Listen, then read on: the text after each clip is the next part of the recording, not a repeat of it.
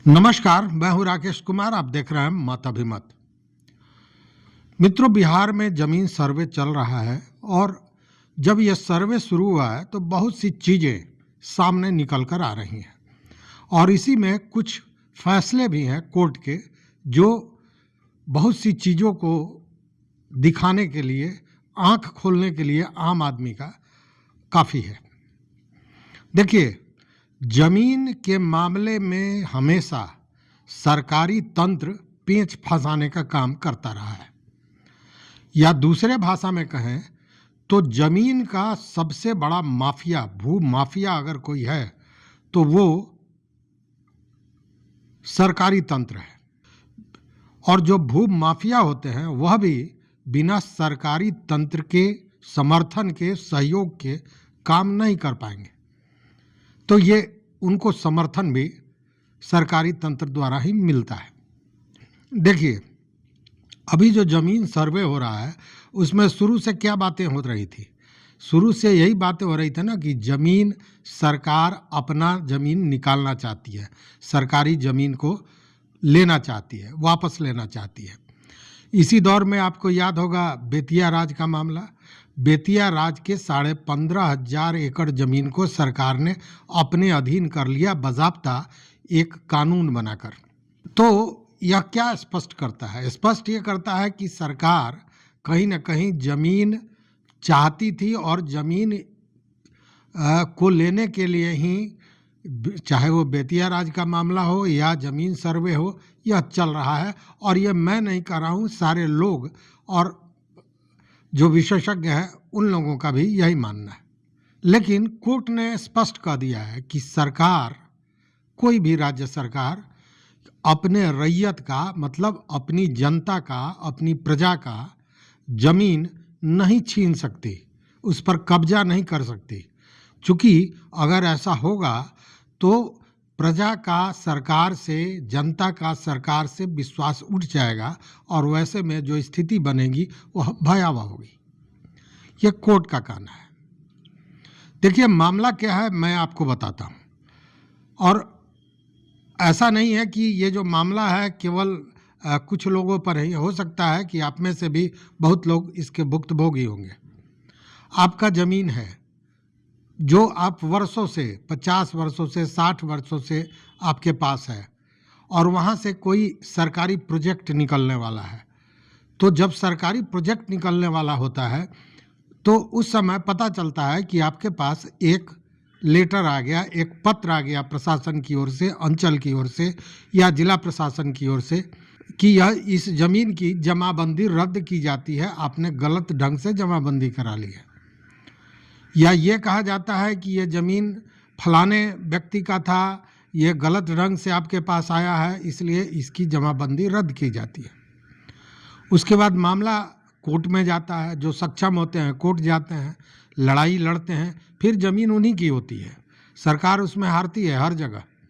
लेकिन जो सक्षम नहीं होते हैं उनका छीना जाता है। और ये एक घटना नहीं है। बरौनी में आपने देखा होगा कितना हंगामा हुआ था। जमाने से जिस ज़मीन पर लोग रह रहे थे उसको एकाएक गैर मजरूआ घोषित कर दिया गया। उसी तरह एक नहीं, ऐसे दर्जनों इंस्टेंस हैं, दर्जनों ऐसी घटनाएं हैं कि जो सैकड़ों वर्ष से ज़मीन पर काबिज है, उसका सेल डीड है उसके पास, उसका लगान दे रहा है, रसीद दे रहा है, उस ज़मीन पर नहर निकला तो उसका पैसा का भुगतान किया जा रहा है, उस ज़मीन पर बड़ा से बड़ा एफसीआई गोडाउन बन रहा है और उसको बनाने की अनुमति वही प्रशासन दे रही है। और वही प्रशासन एक दिन कहती है कि ये गलत है और आपका जमाबंदी रद्द किया जाता है। मामला कोर्ट में जाता है। और ऐसा ही एक मामला, मैं ये क्यों कह रहा हूँ, ये आँख खोलने वाली बात है कि किस कदर जब ज़मीन की आवश्यकता होती है तो प्रशासन, सरकार और पूरा प्रशासनिक तंत्र किस तरह का एक कुचक्र रच के लोगों का ज़मीन छीनने का काम करती है। अब उसमें कितना सफल होती है नहीं होती है, यह तो डिपेंड करता है उस व्यक्ति पर जिसकी ज़मीन छीनी जाती है, कि वो उतना सक्षम है कि नहीं कि न्यायालय में जाए। अगर न्यायालय नहीं होता तो निश्चित रूप से बहुत से लोग ऐसे हैं जो सड़क पे आ गए होते। न्यायालय जान बचा देती है। और ऐसा ही कुछ मामला एक हरियाणा में हुआ, जो कहने को वो हरियाणा में हुआ है, लेकिन वो हर जगह के लिए लागू होता है। इसलिए जानना चाहिए और इसीलिए हम आज ये वीडियो लेकर आए आपके पास। देखिए, कोर्ट ने स्पष्ट कहा कि सरकार किसी की भी जमीन को कब्जा नहीं कर सकती है, क्योंकि अगर सरकार इस तरह का कृत्य करने लगे तो प्रजा का, जनता का उस पर से विश्वास हट जाएगा, और जब सरकार से ही विश्वास हट जाएगा तो स्थितियां विभत्स हो जाएंगी। उसी तरह एक और बात कोर्ट ने कहा है, इसको भी समझिए, क्योंकि यह भी कहीं ना कहीं बिहार के सर्वे से जुड़ा हुआ मामला है। कोर्ट ने यह भी कहा कि जमाबंदी अगर आपके नाम से है तो वो आपकी मलकियत का अकेला सबूत नहीं हो सकता है। मतलब केवल जमाबंदी के आधार पर अगर आप चाहते हैं कि आपको ज़मीन की मलकियत मिल जाए तो वह संभव नहीं है, क्योंकि जमाबंदी के साथ आपका म्यूटेशन है कि नहीं, सेल डीड है कि नहीं, रसीद कटा रहा है कि नहीं, ये सारी चीज़ें डिपेंड करती हैं। देखिए, ये मामला है 19 नवंबर 2024 का। मतलब 19 नवंबर 2024 को कोर्ट ने एक डिसीजन दिया। मामला यह था कि हरियाणा सरकार ने एक रैयत के ज़मीन पर कब्जा कर लिया, और बाज़ाब्ता जब वह मामला कोर्ट में गया तो सरकार ने उस रैयत को ही कहा कि ये भू माफिया है, ये ज़मीन हड़पने वाले लोग हैं, और 12 वर्ष से ज़्यादा से सरकार इस ज़मीन पर कब्जा रखे हुई है, इसलिए एडवर्स पोजीशन में इस ज़मीन की मलकियत सरकार की होती है, रैयत का इससे कोई लेना देना नहीं है। मामला है अमीन लाल नामक एक व्यक्ति का, जो हरियाणा का रहने वाला है, और उसके पास 18 बिस्वा ज़मीन थी। 18 बिस्वा मुझे लगता है 18 बीघा के बराबर 18 बीघा ज़मीन थी, और वह भी ज़मीन NH10 के जस्ट बगल में, मतलब NH से जुड़ा हुआ ज़मीन। वह व्यक्ति इस मामले की लड़ाई वर्षों से लड़ रहा था। 1980 से ही यह केस चल रहा था, जिसका डिसीजन ये 19 नवंबर 2024 को हुआ है। मतलब लगभग 44 वर्षों के बाद हरियाणा सरकार ने उस ज़मीन पर कब्जा कर लिया। अब यह मामला गया कोर्ट में, और जो ट्रायल कोर्ट है उसमें केस होता है। ट्रायल कोर्ट में केस होता है तो केस की सारी बातें सुनने के बाद, अमीन लाल ने जो दस्तावेज प्रस्तुत किए, उन सारे चीज़ों को देखने के बाद कोर्ट फैसला करता है कि नहीं, यह ज़मीन रैयती है और इस पर सरकार कब्जा नहीं कर सकती है। और सरकार का मात्र यही एक प्ली था कि ये लोग ज़मीन के स्नैचर हैं, ज़मीन को के भूमाफिया हैं, और 12 वर्षों से सरकार चूँकि इस पर कब्जा रखी हुई है, इसलिए एडवर्स पोजीशन में यह सरकार की ज़मीन होती है। लेकिन ट्रायल कोर्ट ने इसको मानने से इनकार कर दिया। जब यह मामला अमीन लाल के पक्ष में गया तो अपीलेंट कोर्ट में सरकार जाती है, और वहाँ पे कहती है कि देखिए, ये केवल जमाबंदी के आधार पर अपनी मलकियत चाह रहे हैं, जो इनकी नहीं है, इसलिए कि ये भू माफिया है, इन लोगों का काम ही है ज़मीन को हड़पना, और सरकार इस पर लगातार 12 वर्षों से ज़्यादा दिनों से इस पर काबिज है, इसलिए ये एडवर्स पोजीशन में सरकार की ज़मीन होती है। अब इस मामले को, जिस चीज़ को ट्रायल कोर्ट ने नज़रअंदाज कर दिया था, उसी चीज़ को जो ये अपीलीय कोर्ट था, इसने इस बात को माना, इसको स्वीकार किया कि हाँ, 12 बरस से अगर ये नहीं है, इस पर काबिज नहीं है और सरकार कब्जा किए हुए है, तो एडवर्स पोजीशन में ये ज़मीन सरकार की हो जाती है। मतलब सरकार के पक्ष में मामला चला गया। अब यह मामला जाता है हाई कोर्ट में। इसको लेकर फिर अमीन लाल हाई कोर्ट जाते हैं, और हाई कोर्ट में सारी चीज़ों को सुनने के बाद हाई कोर्ट अमीन लाल के पक्ष में फैसला देता है। अब जब अमीन लाल के पक्ष में फैसला जाता है तो पुनः हरियाणा चली जाती है सुप्रीम कोर्ट, और यहीं सुप्रीम कोर्ट में जो फैसला होता है वह अद्भुत होता है और वह एक नज़ीर पेश करता है कि किस तरह सरकार काम कर रही है।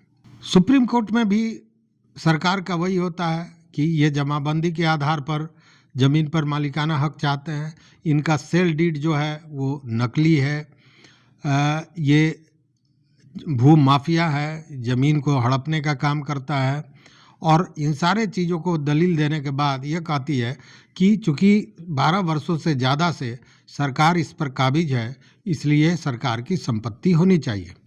दलील यही है हरियाणा सरकार का। लेकिन जब सुनवाई होती है सुप्रीम कोर्ट में, तो सुप्रीम कोर्ट में ये कहा जाता है कोर्ट के द्वारा कि केवल जमाबंदी के आधार पर किसी को मालिकाना हक नहीं दिया जा सकता है। लेकिन यहाँ जो रैयत है अमीन लाल, उसने सेल डीड भी दिया है, म्यूटेशन भी दिया है, मतलब कि वो सारी चीज़ें उपलब्ध कराई है जो एक ज़मीन के मलकियत के लिए आवश्यक है, इसलिए यह ज़मीन रैयती होता है। साथ ही कोर्ट ने विद्या देवी versus state of Himachal Pradesh का जो मामला था, उसमें जो कोर्ट के जजमेंट में जो लैंडमार्क जजमेंट दिया गया था उसको भी कोट किया। कोर्ट का कहना यह था कि सरकार अपने ही राज्यवासी के ज़मीन पर कब्जा नहीं कर सकती है। चूँकि वहाँ हरियाणा सरकार कह रही थी कि 12 साल से ज़्यादा से हम कब्जा हमारे कब्जे में है, इसलिए एडवर्स पोजीशन में हमें दे दिया जाए। तो स्पष्ट जो विद्या देवी versus state of Himachal Pradesh था, उसमें भी कोर्ट ने यही कहा था कि कोई भी सरकार अपने राज्यवासी के ज़मीन पर कब्जा नहीं कर सकती है, यह सरकार का काम नहीं है। और सरकार अगर इस तरह का कृत्य करेगी तो सरकार पर से विश्वास उठ जाएगा। और इस एडवर्स पोजीशन के बारे में सुप्रीम कोर्ट ने कहा कि स्वयं जो सरकार के तरफ से दलील दी जा रही है उसमें यह कहा जा रहा है कि 12 वर्षों से अधिक से कब्जा है, इसलिए दिया जाए। मतलब उसके पूर्व यह ज़मीन अमीन लाल की थी, जो खुद सरकार इसको मानता है, स्वीकार करता है, इसलिए इस पर कब्जे का कोई मामला बनता नहीं है और इसमें एडवर्स पोजीशन के आधार पर जजमेंट नहीं होगा। यह ज़मीन रैयती है और रैयती ही रहेगा। लेकिन इस मामले में एक जो चीज़ है यह बड़ा महत्वपूर्ण है और वह यह कि सुप्रीम कोर्ट ने भी कहा कि केवल जमाबंदी के आधार पर अगर आप चाहते हैं कि आपको मलकियत मिल जाए तो ये नाकाफ़ी है, उसके साथ अन्य जो चीज़ें होती हैं वह भी रहना आवश्यक है, तभी मलकियत आपको मिल सकती है। तो यह तो सरकारी कब्जे की बात हुई। लेकिन एक और चीज़ है, जब भी आपका ज़मीन कोई कब्जा करने जाता है या कब्जा कर लिया है, तो हो सकता है कि आप कमज़ोर हों, आप लड़ नहीं सकते हो, लेकिन उसने कब्जा किया और अगर आप सोते रह गए तो फिर आप उसको हटाने का जो हक है वह भी समाप्त हो जाएगा। 12 साल के बाद वह कहेगा कि हमको तो कभी इन्होंने कहा ही नहीं कि आपने कब्जा किया है, ज़मीन हमारी है। तो उस स्थिति में यह बड़ा आवश्यक है कि अगर कोई कब्जा करता है तो आप भले कब्जा को हटाने में सक्षम नहीं हो, लेकिन डॉक्यूमेंट्स जो साक्ष्य होता है वो निश्चित रूप से आपको तैयार करना चाहिए। और साक्ष्य क्या होता है कि आप उस बाबत थाना में कोई एप्लीकेशन दे रहे हैं, थानेदार को उसकी एक प्रति रखें। आप उस व्यक्ति को कानूनन नोटिस भेजें कि आपने मेरे ज़मीन पर कब्जा कर रखा है, आप इस कब्जा को छोड़िए, हमारी ये ज़मीन है, वैकेंट कीजिए ज़मीन हमारी है। इसको लेकर आप राजस्व पदाधिकारी के यहाँ अप्लाई करें, इसको लेकर आप कोर्ट में भी जा सकते हैं। लेकिन ये सब चीज़ें आपको करना ज़रूरी है, इसलिए कि आपके ज़मीन पर अगर किसी ने कब्जा किया तो आपने उसका प्रतिरोध किया और वह प्रतिरोध कल को आपके लिए साक्ष्य का काम करेगा। लेकिन अगर आप, बहुत से लोग कहते हैं कि हम लोग तो थाना में गए और थाना वाला ने कुछ किया ही नहीं। थाना क्या करता है नहीं करता है छोड़िए उस बात को, आप तो कीजिए। आप तो कम से कम थाने में रपट दर्ज करवाइए, वकालतन नोटिस भेजिए, राजस्व पदाधिकारी को लिखिए, जो भी कर सकते हैं आप कीजिए और उसकी प्रति अपने पास रखते जाइए। यही सबूत बाद में बनेगा कि आपने उस कब्जा का विरोध किया था, वो ज़मीन आपकी है। नहीं तो आप जानते हैं कि 12 वर्ष तक अगर कोई कब्जा अपने कब्जे में रखता है ज़मीन और उस पर किसी तरह का कोई प्रतिरोध, कोई प्रतिकार नहीं होता है, तो वह ज़मीन पर अपने मालिकाना हक का दावा कर सकता है। इसलिए ये आवश्यक है। और सबसे बड़ी बात जो मैंने कहा कि सरकारी तंत्र भी कभी कभी भू माफिया जैसा काम करती है, और ऐसा एक नहीं दर्जनों मामला है। मोतिहारी में, मुंगेर में, बरौनी में इस तरह की कई घटनाएं हुई हैं। इसलिए मुझे लगा कि इसकी जानकारी आपको देनी चाहिए। तो इस वीडियो में बस इतना ही। अगर आपके यहाँ या आपके अगल बगल में इस तरह का कोई मामला हो, विवाद हो, तो निश्चित रूप से हमारे कमेंट बॉक्स में आप इसकी सूचना देंगे।